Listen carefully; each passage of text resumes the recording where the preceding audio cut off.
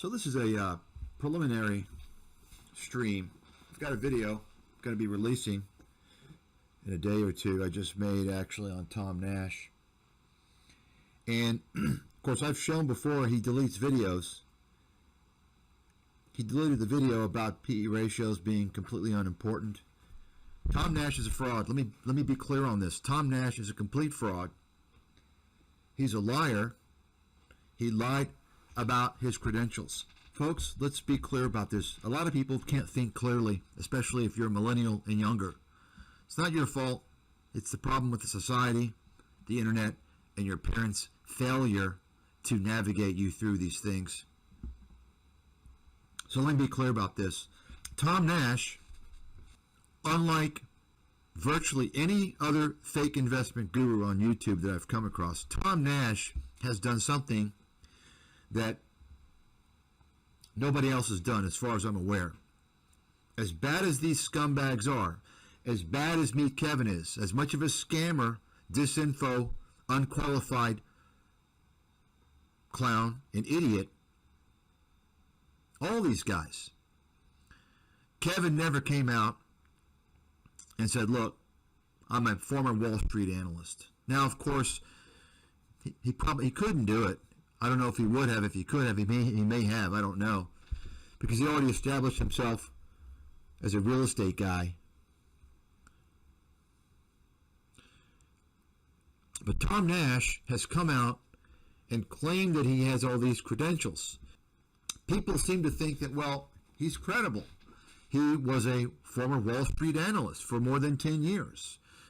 Tom Nash knows I've offered him $10,000 to show me irrefutable evidence of his credentials.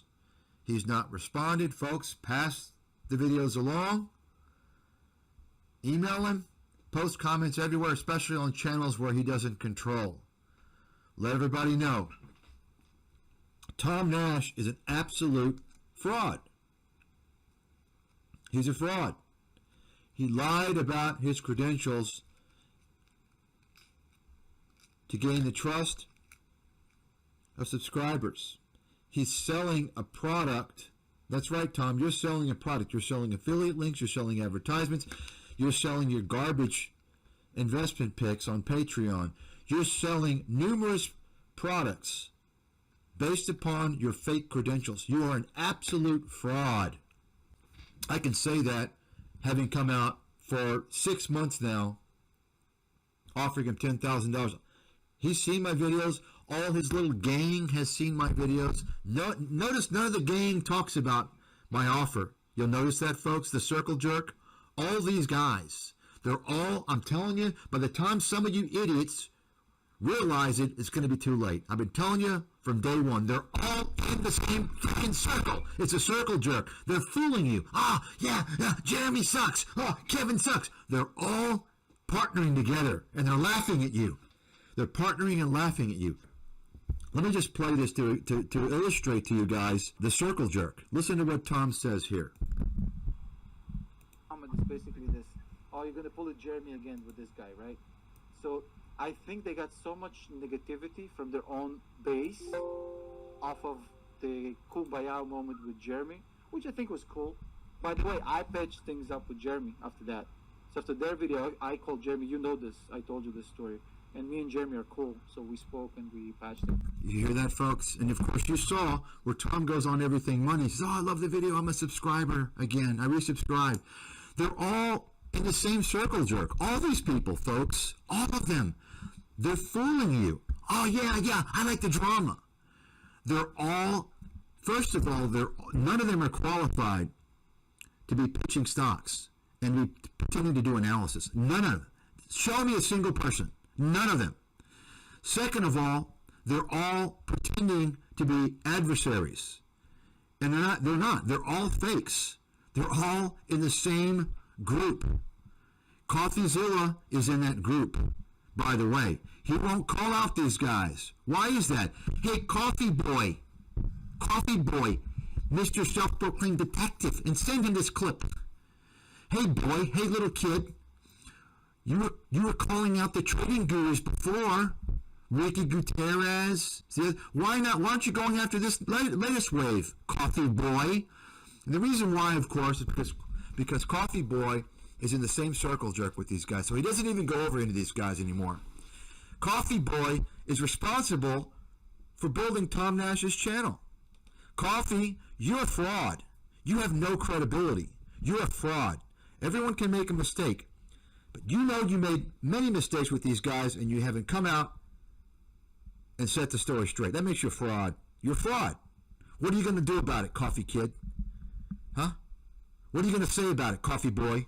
You're a fraud, just like these scummers. You're, in fact, CoffeeZilla is he has enabled Tom Nash. He's an enabler, a legal enabler.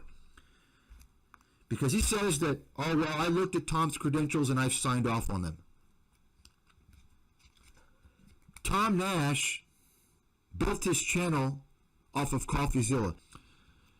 But so CoffeeZilla has legally signed off on Tom Nash. That makes him legally liable. That's right. He's legally liable now.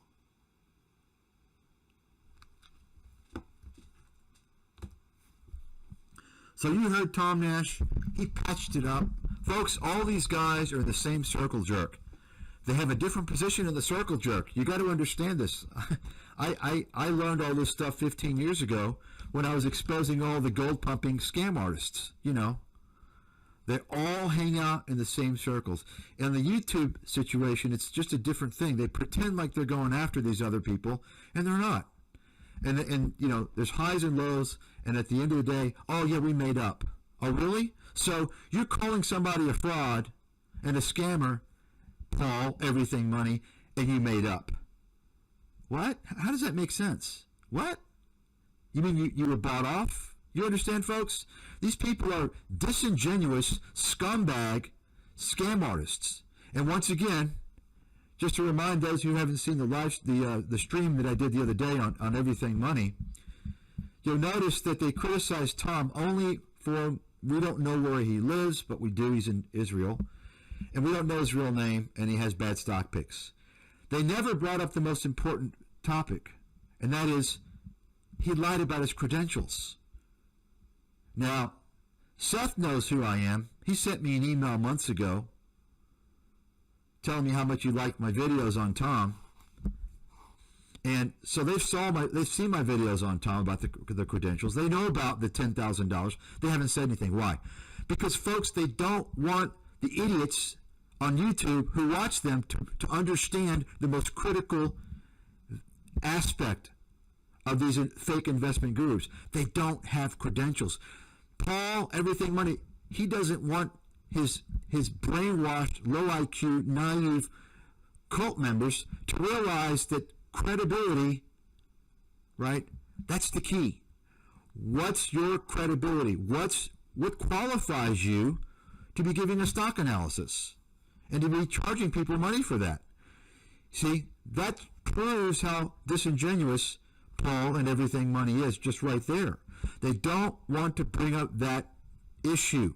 That's the central issue. People can be wrong. I'm not right 100% of the time, right? But there's a difference between me coming out with an analysis or recommendation and being wrong versus some child, right? And that's what these people are. If they're doing this, they're children. Now, there's people on YouTube, not a whole lot, but there are some people who they give financial information, they go over some things here and there, but they're not coming out every day, the best 5 stocks to buy during this recession, right?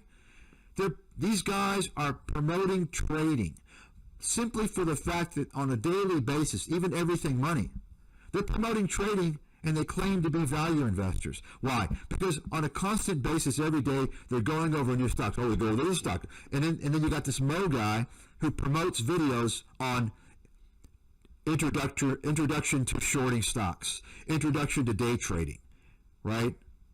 And then they have videos on IRAs and dollar cost averaging. They're bringing in the lowest hanging fruit, people who have probably never invested before, and they're teaching them, well, Mo couldn't teach anything. He's attempting to teach these people how to short stocks, how to day trade, luring them in to the black hole of despair. Right? You understand that? That's irresponsible. That's completely, but they don't care about that. These are people, every single one of these guys, they all have major problems. They all operate from a different angle. And I've shown that, I think, with Everything Money. They've got their own different angle, right? Their angle is much different than Kevin. Their angle is much different than Stockmo. Right? And this is why people think, oh, well, Everything Money's not as bad as Stockmo. Yeah, they are. Yeah, they are. Why? Because at the end of the day, they're disinformation. They're full of shit. You're going to lose money. It doesn't matter that Stockmo is a more obvious clown and pitches garbage and penny stocks and cryptos. At the end of the day, Everything Money, just like Tom Nash, they are luring people who are not able to compete against the pros in the market. They're luring people to lose money. People that should buy the S&P index and call it a day. That's the reality. And that comes from me, 30 years in the industry, as a financial advisor, as a venture capitalist, as a merchant banker, having advised multi-billion-dollar funds. And that's fact. That's fact. I have a good understanding of what goes on in the market. And these people are making money with deceit, with disinformation, and scams. It's just all, it varies depending upon who you're talking about. At the end of the day, as I've said before, if someone tells you that you're going to die tomorrow at exactly 2 p.m., and they ask you, they say, okay, we can determine how you're going to die. Would you like to die in a car crash? Would you like to die in a fire? Or would you like to die with a gunshot wound? Some people aren't going to respond, but people who are going to respond, they're going to have a choice. They're going to pick because they're going to think that one of those choices is not as bad as the other. But the smart people are going to realize it doesn't matter. At the end of the day, they're going to die. You see, it doesn't matter the mode of death if you're dying at the same time. It's the same with these fake investment gurus. It doesn't matter if you've got people on one end of the extreme like Stockmo and Chris Sane, right? Or, people kind of, after that, meet Kevin. People in the middle like this humble trader. And then you have like the people on the other end that seem to be, they're talking about cash flows and discounted cash flow valuation. That's all bullshit. I'm telling you, it's bullshit. So, because look, anytime anybody takes something that's highly complicated and tries to make it simple, and they're trying to sell you, they attach money to it. They're a scammer. How come I can't come out with something quite simple to show you how to value stocks? Because it's not simple, and I'm damn accurate. My track record's one of the best in the world. You can't do it. It's not possible. There are too many nuances. The market is determined by human behavior, which is constantly changing. Anybody that uses discounted cash flow valuation for a stock and tell, it's undervalued, it's overvalued. That's bullshit. It's simply not true. That's a lie. Complete lie. Once again, I challenge you to go out there and show me any Wall Street research that uses discounted cash flow. And someone say, well, Wall Street research, they're wrong. You tell me that Wall Street research is more wrong than YouTube guys? Come on.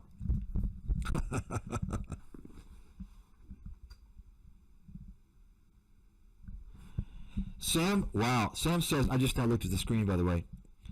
Sam says, Everything Money, they stated they don't have an emergency fund. Use credit cards was their advice. What? What? Now, so first of all, now they're getting into personal finance. The scam industry that is, it's filled with predators that basically are selling ice to Eskimos, like Susie Orman, Dave Ramsey, another con artist, complete garbage, Robert Kiyosaki. Now they're getting into that, and they're telling people to never have an emergency fund, use credit cards. Consumer finance is a scam industry. It's just a fact. I mean, I can tell everybody all they need to know about consumer finance in this, and I'm talking about everything for the rest of their life in a span of 30 minutes. But you have people making a career out of it, right? It's just like, look. But anyway, let's talk about Tom here. So Tom, I'm pretty sure I saved this video. I got bored of Tom, really. I haven't been doing videos on the guy, but some of you probably already noticed, and some of the streams I mentioned this before in the past, by the way. The video on Tom is, I'm going to go ahead and give you a preview here. It's the video, I'm sure some of you remember, when he recommended to buy Twitter for arbitrage. You all remember that? So let me just go ahead and give you the nuts and bolts of this. Tom Nash, after the Twitter board approved Elon's takeout price of $54.20. Let me go ahead and show you a chart.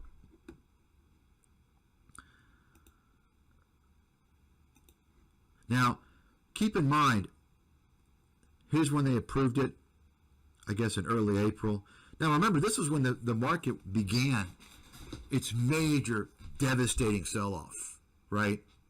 I think the NASDAQ had like 7 straight losing weeks, right? And the Dow had like 8.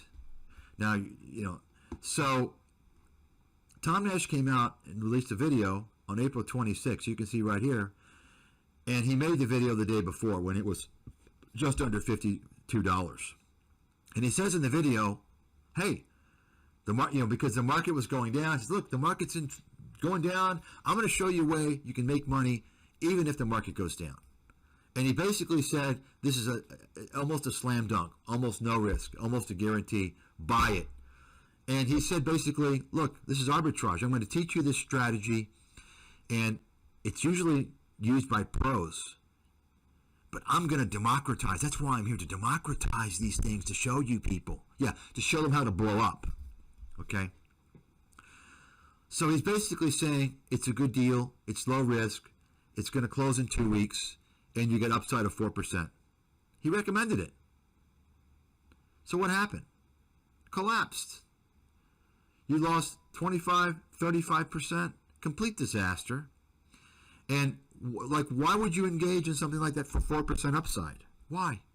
It's not worth the risk, right? And so I have a video I'm going to release on that. It's about a 30-minute video soon. And but I want to just kind of give you an idea what's going on. And so if you take a look, Tom actually, the whole point is Tom deleted the second part of this video. We'll go ahead and listen to the end here. See, $2.20 is not a lot of arbitrage. I mean, it's a very tiny arbitrage. But as we say in Russia, it's not about the size, it's about how you use it. See that? He cut this video off, I'll bet, any amount of money in the world. It's fact.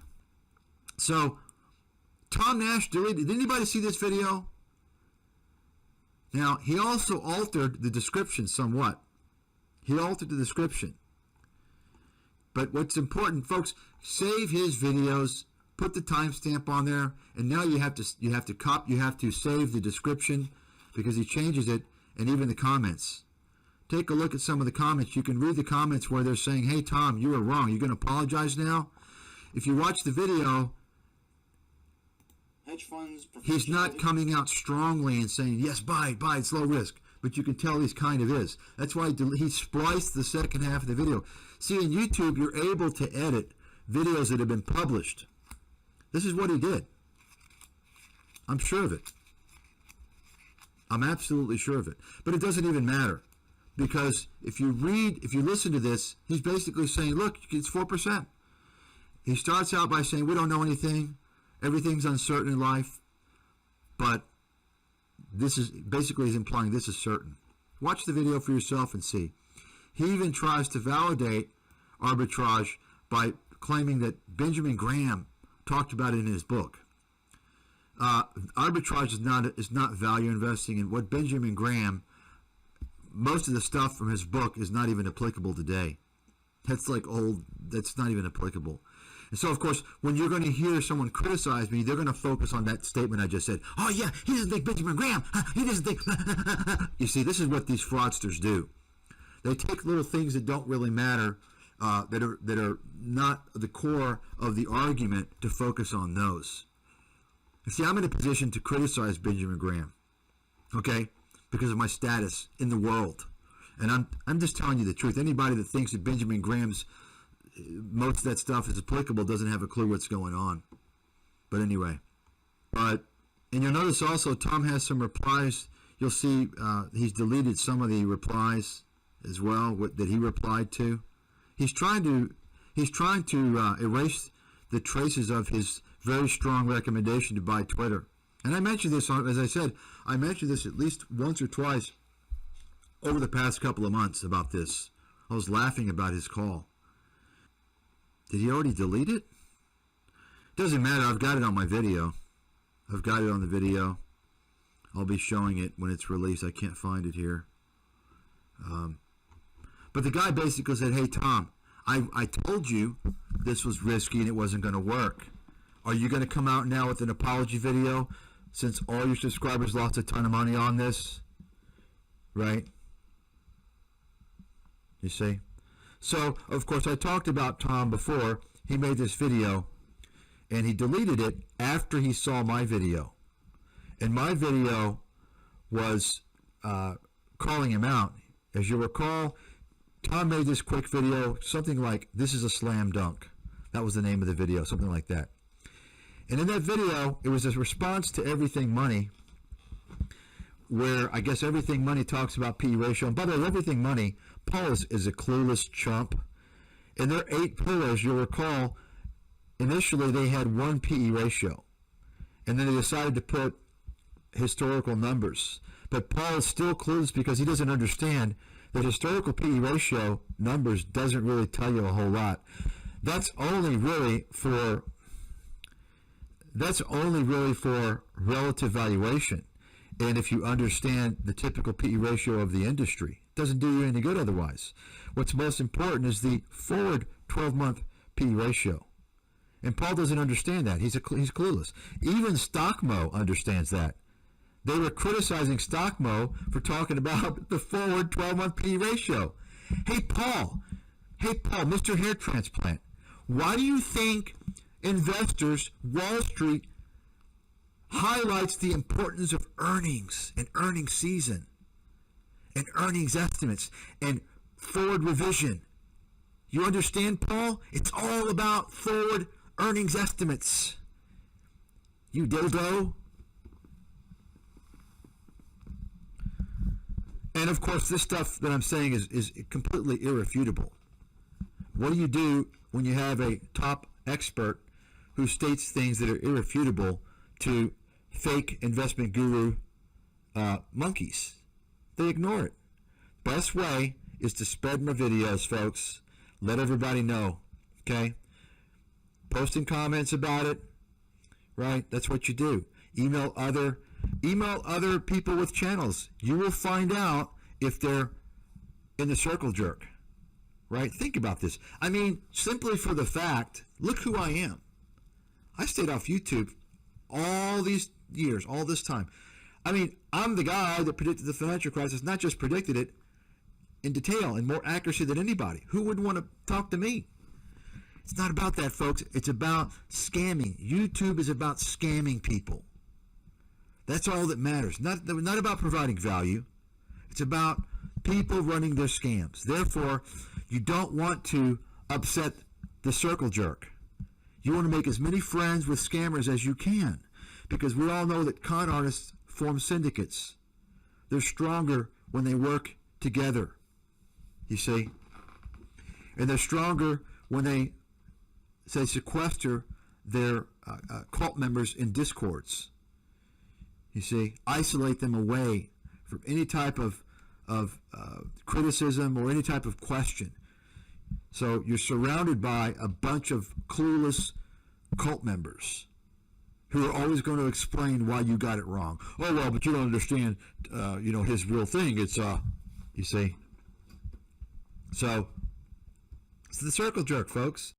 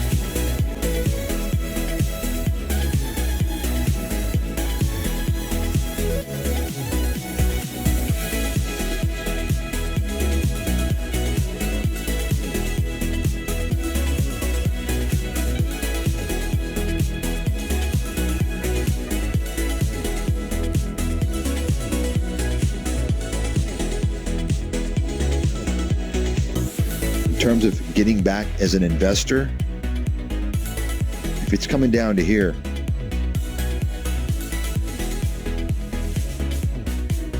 almost irrespective of what's going on, I have to believe. If I have to make a call in advance, and of course I can change depending on what happens, but I have to believe this is where you want to start doing that 18, 17, around there.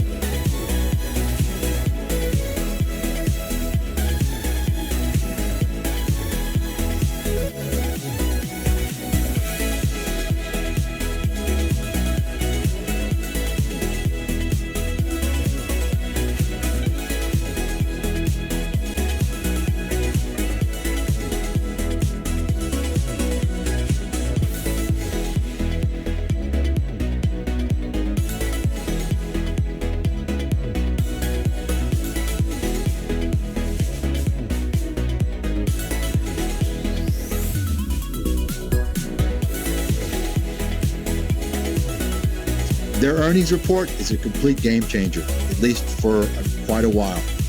Bottom line, NVIDIA now is going to enter the realm of Tesla, Apple, and all these other big,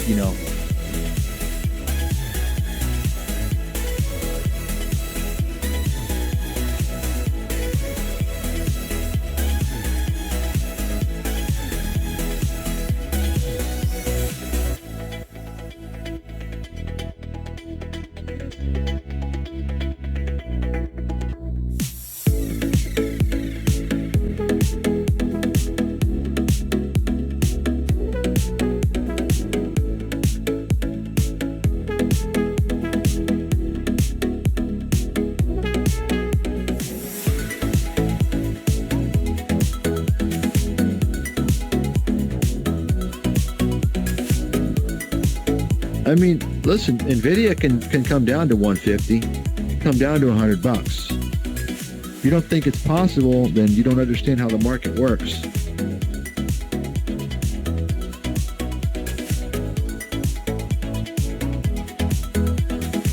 I mean, listen, NVIDIA can come down to 150, come down to $100. If you don't think it's possible, then you don't understand how the market works.